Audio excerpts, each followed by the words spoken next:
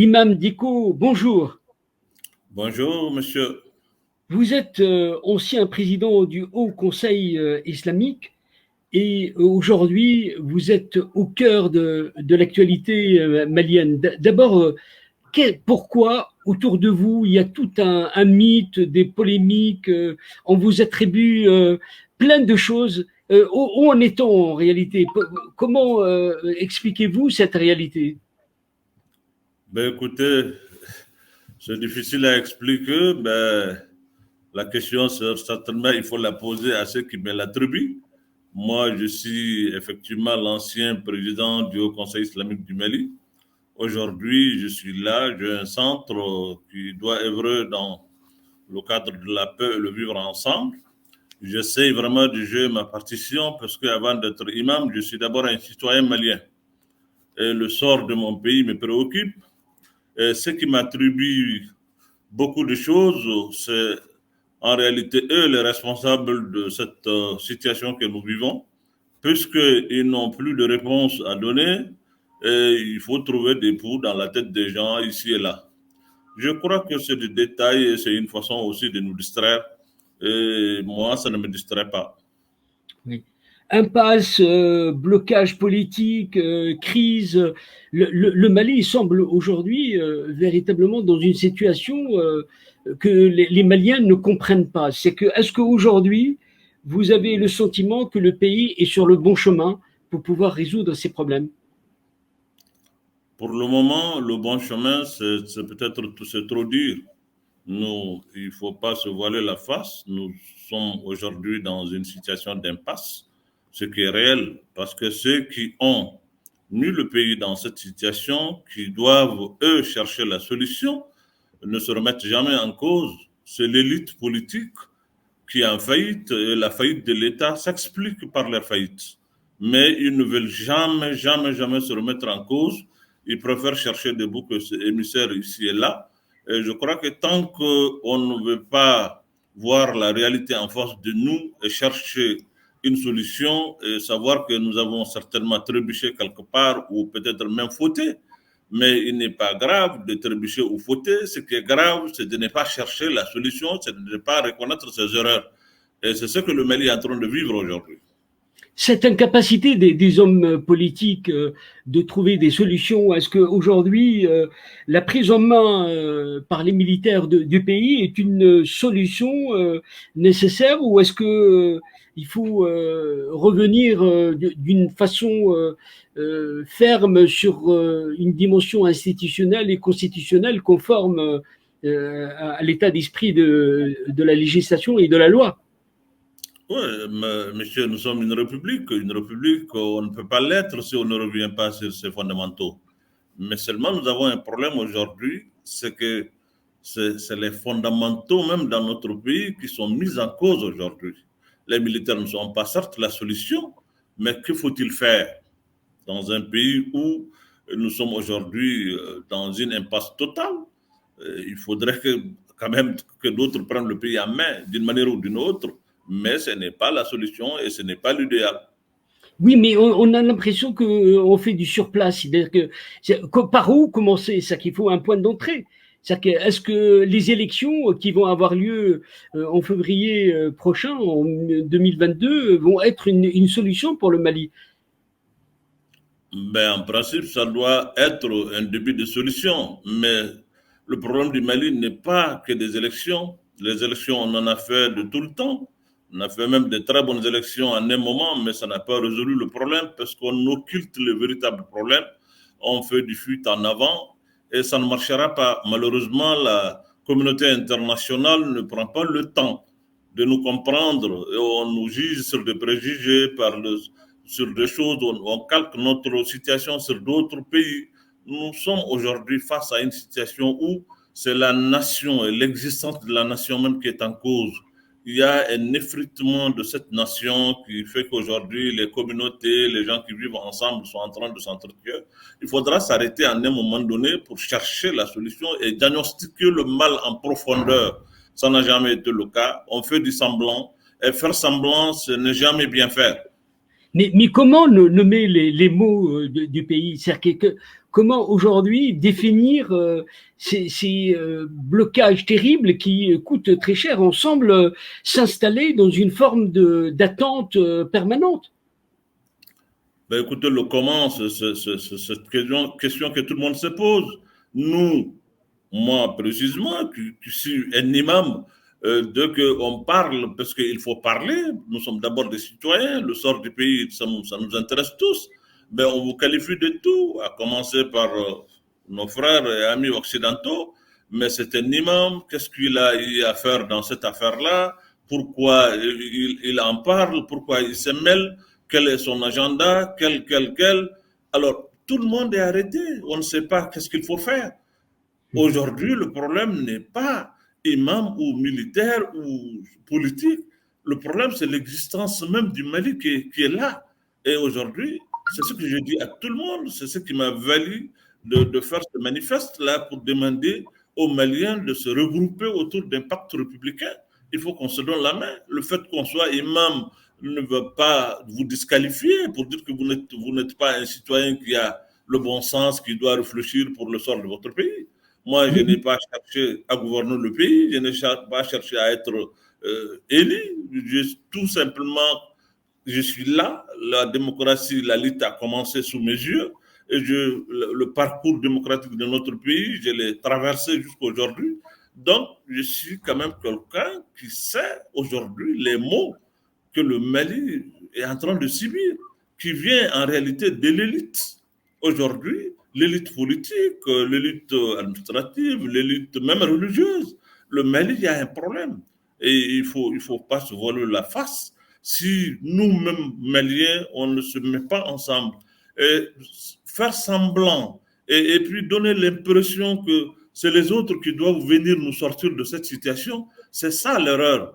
Et la classe politique, je ne les charge pas, je ne les accuse pas, je dis quelque chose qui est un constat qui est là aujourd'hui. Et le fait de ne pas vouloir vraiment parler avec les gens, dialoguer avec les gens, et chercher les solutions avec d'autres, mais le constat général qui a créé cette situation de crise et de divorce entre l'élite et le reste de la population, c'est seulement que les gens ont compris que ceux qui sont là, qui doivent servir de locomotive pour nous tirer, mais ils sont là pour d'autres considérations. Et c'est ce qui fait qu'aujourd'hui, même quand ils parlent aux gens, les gens n'écoutent pas. Quand on va aux élections, le taux de participation est minime. Et il faut nécessairement que d'autres acteurs se mêlent pour que le taux soit au moins acceptable. Donc, il faut faire des élections. On n'a pas le choix. Les élections doivent se faire. Mais est-ce que les élections à elles seules aujourd'hui seraient la solution? Justement, c'est-à-dire qu'aujourd'hui, comment vous qui êtes imam et qui a une vocation particulière, c'est pas vous n'êtes pas un homme politique, mais comment vous vous informez sur la situation malienne alors que le pays semble s'arrêter aux limites de Bamako? Est-ce que vous sillonnez le pays? Ben c'est vrai, je suis au regret de le constater moi-même qu'aujourd'hui, la situation du pays, le taux se resserre contre nous, le pays s'effrite du jour en jour, c'est une réalité. Et voir que les gens aujourd'hui ne sont pas conscients de cet effet, ça me fait très mal. Je vais vous dire un secret. Je viens d'avoir un entretien avec le cardinal de Bamako tout de suite. Et dans 2 heures de temps, je vais rencontrer le pasteur, le président de l'église protestante, et puis d'autres chefs religieux pour essayer de voir comment est-ce qu'il faut appeler les Maliens et pour que nous puissions vraiment avoir un sursaut et parler avec les acteurs politiques, les forces vives qui sont là pour que les gens se mettent ensemble, au moins pour que on ne donne pas l'impression que le sort de notre pays ne nous préoccupe pas. Mais comme le microcosme politique n'est pas susceptible d'être changé, est-ce que ces mêmes acteurs qui vont se représenter aux élections vont reproduire les mêmes défauts qu'on a vus il y a quelque temps? C'est-à-dire qu'on est dans les mêmes erreurs systémiques liées à cette situation malienne. Malheureusement, nous avons comme l'impression que tout ce qu'on est en train de préparer, c'est déjà vu, que c'est les mêmes choses qui vont encore venir parce que on n'a jamais voulu aller en profondeur de notre situation. Et je l'ai dit, notre crise aujourd'hui, on fait comme si c'est une crise qui intéresse les autres, c'est les autres qui doivent venir faire la guerre à notre place, c'est eux qui doivent réfléchir pour nous. Et nous avons cessé d'avoir une autonomie de pensée. Nous sommes des hommes dotés de la raison. Nous avons un problème aujourd'hui dans notre pays. Qu'on ait le courage vraiment de nous mettre ensemble pour réfléchir pour nous-mêmes. Moi, je pense que le génie malien est un génie extrêmement fort et que si on l'interroge, il nous donnera la voie pour sortir de cette situation. Je l'ai dit depuis le début.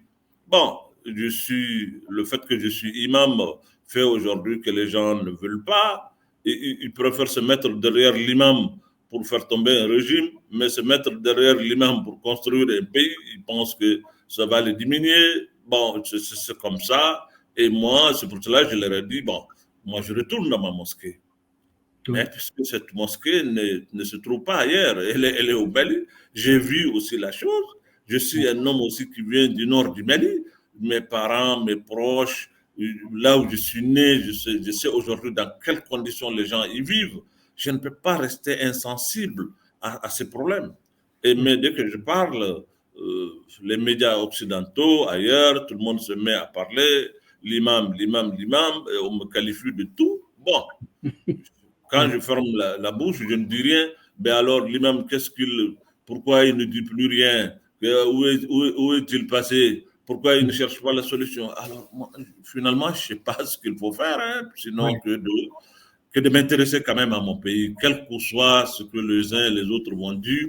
Je pense aujourd'hui, le devoir citoyen m'impose vraiment de chercher ici et là des solutions minimales soient-elles. Depuis 2013, le pays vit une situation absolument paradoxale. Vous avez la présence militaire de plusieurs forces, la MINUSMA, Barkhane, G5 Sahel. Le pays semble se dessaisir de son destin par la faute des Maliens eux-mêmes. Et aujourd'hui, qu'est-ce qui justifie cette incapacité à se prendre en main? Mais l'incapacité à se prendre en main, c'est ça que je dis. À partir du moment où nous avons comme l'impression que les autres, c'est eux qui doivent faire notre pays à notre place. Et que s'il y a quelque chose, la faute incombe aux autres, on accuse X ou Y pour dire que c'est eux les fautifs. Non, je pense, non, non, non. Nous avons, à un moment donné, trébuché, peut-être voire même fauté. Il faut qu'on fasse notre mea culpa, qu'on accepte que nous avons commis des erreurs dans notre parcours démocratique et il ne faut pas avoir honte de cela. Nous devrons aujourd'hui nous mettre ensemble pour voir les véritables maux qui minent notre pays. Aujourd'hui, nous avons une situation difficile et cette situation, ce n'est pas les autres, je l'ai dit, ce n'est ni l'aménagement, ni la France, ni la Russie, ni ailleurs qui doivent venir faire le Mali à notre place. Il faut nécessairement que les Maliens se mettent ensemble pour dire voilà, là où ça n'a pas marché, et il faut chercher une solution. Nous ne pouvons pas ne pas trouver de solution. Nous sommes quand même des hommes dotés de la raison. Ceux qui sont là sur le terrain, je l'ai dit à un moment donné, pour dire que c'est des hommes comme nous, ce n'est pas des extraterrestres. Si vraiment il faut leur parler pour qu'on trouve une solution et que le peuple se mette ensemble. Oui. Comme un seul homme. Nous allons leur parler, s'ils ne veulent pas entendre raison, le peuple dans son ensemble va résister. C'est nous qui pouvons résister parce qu'il s'agit de notre guerre. Ce n'est pas la guerre de celui qui est ailleurs. Et tant qu'on ne met pas ça dans la tête des gens, on ne trouvera pas de solution.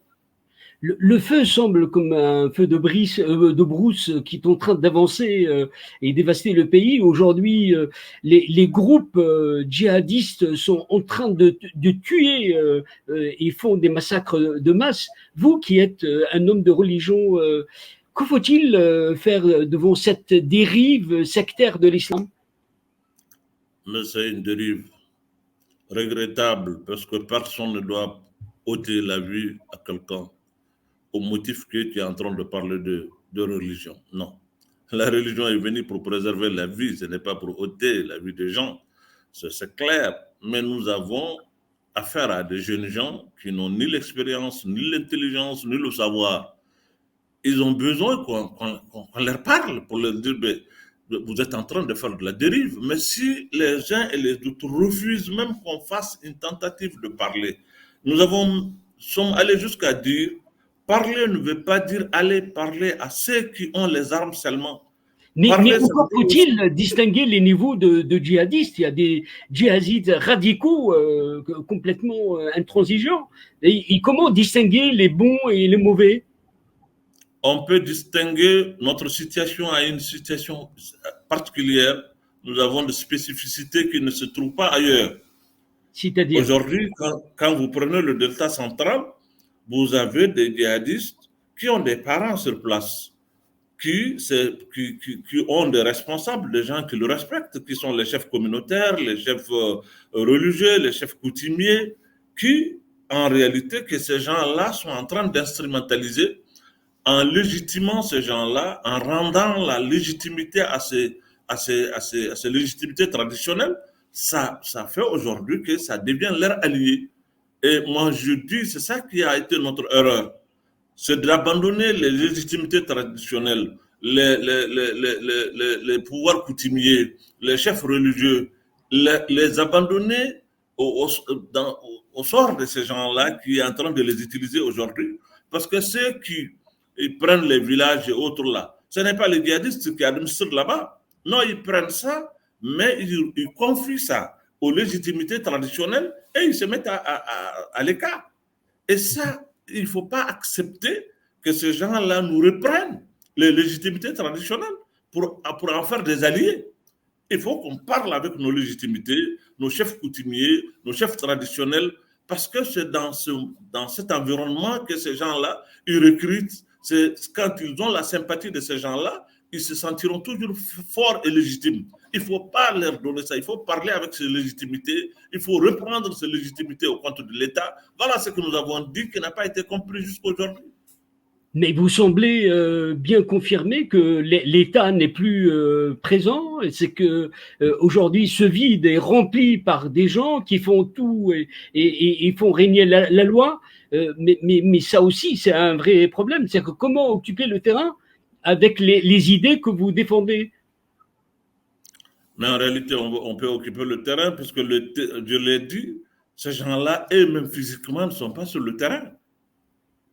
Dès qu'ils occupent, ils arrivent vraiment à trouver un village dans lequel il n'y a pas l'administration, il n'y a pas le trace de l'État, ils réinvestissent là-bas, mais en confiant la gestion aux légitimités traditionnelles. Et ces légitimités qui souvent ont été lésées par l'administration ou en tout cas frustrées, ils réhabilitent ces légitimités pour leur confier la gestion de leur terroir. Ça leur fait des alliés. Et maintenant, c'est ça qu'il faut réinvestir pour dire à ces légitimités que l'avenir n'est pas dans ça. Ils peuvent aujourd'hui être des alliés à eux, mais à long terme, ça va nous conduire dans une situation qui est une situation sans lendemain. Mais ils ont besoin de gens pour les leur dire. Si on Mais ne parle pas avec eux, ouais. Êtes-vous optimiste dans une situation où l'urgence des solutions à trouver avec cette exigence que ces solutions prennent du temps? Vous le dites, pour occuper le terrain, il faut peut-être des années. Donc, comment concilier entre cette urgence et les solutions qui demandent du temps pour se mettre en place? C'est quand même un dilemme, non? ben écoutez, c'est vrai que les solutions, il faut d'abord les essayer. Nous sommes sûrs que si aujourd'hui l'État ou les partenaires ou les autres nous font confiance, nous pouvons aujourd'hui et certainement parler avec des gens qui peuvent euh, influer dans ces choses-là pour au moins avoir de la calmie. Oui. On ne peut pas prétendre que dès qu'on va parler ou bien on va essayer, ça va finir. Non, mais on peut trouver vraiment un mécanisme qui nous permet vraiment d'apaiser, et trouver de la calmie, et pour au moins que l'État souffle un peu. parce que ce harcèlement qui existe aujourd'hui avec l'armée qui est harcelée tout le temps, ça finit par céder et ça, ce n'est pas une bonne chose, ça n'annonce pas de bons lendemains. La France est venue depuis 2013 secourir la situation. Aujourd'hui, elle est totalement rejetée et contestée. C'est que comment aujourd'hui trouver le bon milieu entre cette présence et les exigences des Maliens? Oui, la France est un pays qui connaît le Mali, qui a des liens historiques, stratégiques avec le Mali que personne ne peut nier. Il faut avoir de la myopie politique pour penser que, bon, nous, avec la France, c'en est fini, c'est trop facile et c'est léger, ce n'est pas une réalité. Il faut se convaincre que ce n'est pas la bonne manière de voir les choses. Je pense que la France, d'abord, est un allié stratégique et historique avec lequel nous devrons partager beaucoup de choses parce que nous ne pouvons pas ne pas les partager avec eux. C'est l'histoire qui a voulu que ça soit ainsi et il faut voir ça en face, c'est une réalité. Maintenant, la France aussi, à son tour, doit savoir que le Mali est un pays qui évolue. Depuis 60 ans, nous évoluons. Les gens ont une façon de voir les choses. Il ne faut pas penser on est imam, on n'est pas douté de la raison, on ne doit pas parler de son pays, il faut le rejeter, non, il ne faut pas avoir affaire avec ces islamistes, etc., etc. Cette façon de faire, pour qui infantilise un peu un pays, ce n'est pas une bonne chose. Les Maliens se sentent un peu sous-estimés et agressés dans leur chair. Nous sommes des alliés, il faut que la France nous prenne comme des alliés. Mais quand la France dicte et donne des ordres, parle, sans même consulter le peuple malien, ça fait mal. Ce qui est discuté aujourd'hui, c'est l'accord de défense. Mais l'accord de défense, c'est un outil stratégique entre le Mali et la France. C'est connu, c'est réel. Nous ne pouvons pas aujourd'hui nous passer de certaines choses, c'est vrai. Mais ça doit se discuter, ça doit être accepté. Les parlements doivent vraiment dire leurs mots là-dessus pour que le peuple se sente concerné. Mais quand les choses se font en catimini, avec une certaine élite qui est là, ou bien les princes du jour, le peuple dans son ensemble n'a pas de rapport avec ça, on a l'impression que c'est vraiment, c'est pas un partenariat, mais c'est un dictat. Et ça, le peuple est hostile à cela. À ce 21e siècle, on ne peut pas continuer à traiter les peuples de cette manière. Il faut que la France accepte qu'on ne peut pas traiter les peuples de cette manière aujourd'hui. On ne peut pas demander aux gens d'être des démocrates, d'être des gens éveillés, des gens éduqués, et vouloir aussi les infantiliser. Ce n'est pas possible. Il faut que la France nous respecte comme on doit respecter la France. Il y a un président de transition, Assimi Goïta. L'avez-vous rencontré et comment pensez-vous que c'est l'homme de la situation pour mener le Mali vers une certaine pacification, ou en tout cas une paix durable? Écoutez, je peux vous affirmer que depuis qu'il est président confirmé comme étant le président de la transition, je ne l'ai pas encore rencontré. Pas encore. Je ne l'ai pas rencontré encore. Il est enfant de ce pays. Je le crois. Il pense réellement qu'il peut faire quelque chose. Et pourquoi ne pas le croire? Il y a une question qui interpelle plein de gens, qui n'est pas directement liée au Mali, mais la situation en Afghanistan. Est-ce que beaucoup ont fait la comparaison Mali, Afghanistan, État failli? Est-ce que vous pourrez nous dire, selon vous, est-ce qu'il y a des choses comparables et faut-il comparer justement l'Afghanistan et le Mali? Ben écoutez, l'Afghanistan, c'est l'Afghanistan, le Mali, c'est le Mali. Il y a certainement, dans ce monde-là aujourd'hui, tous et partout, tout se ressemble, hein, pas seulement en Afghanistan ou ailleurs, dans tout le monde, dans ce monde connecté, planétaire, qui vit ensemble au jour le jour, et qui se voit à la minute ce qui se passe ailleurs. Donc, on ne peut pas dire que les choses ne peuvent pas se ressembler, mais je crois que la réalité de l'Afghanistan n'est pas forcément la réalité du Mali. Imam Mahmoud Diko, je vous remercie d'avoir été avec nous. Je rappelle que vous êtes l'ancien président du Haut Conseil islamique du Mali. Merci et à très bientôt. Merci bien, merci, merci. M. Maïch, pour votre temps et je vous remercie. Ce serait toujours un plaisir d'échanger avec vous. Merci beaucoup. Au revoir. Merci. Au revoir. Au revoir.